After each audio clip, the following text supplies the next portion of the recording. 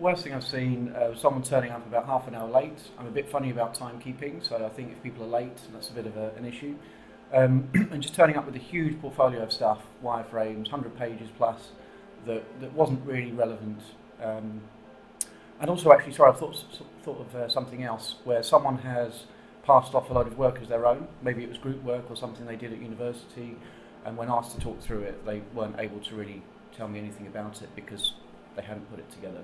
Well, I shan't name any names. It was about 10 years ago, and someone came in for an interview and they were showing me the portfolio of their work, and they came to, they started talking about a site which I'd actually designed, and it was rather cringe-making. What they'd eventually, it transpired that they'd done was they'd done a small update to one of the pages on the site, but they were claiming the whole thing as their work, and that was pretty dreadful.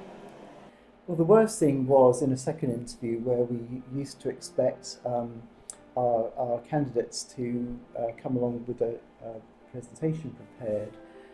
This girl arrived 25 minutes late and then started shouting. And I think she was shouting to make up for the fact that she was late.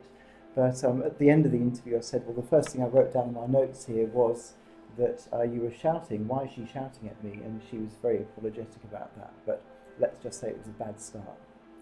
I think it's really frustrating when someone doesn't perform to their potential. Often I'll know what someone's capable of before they walk into the room, and they don't perform, they don't deliver in the interview room.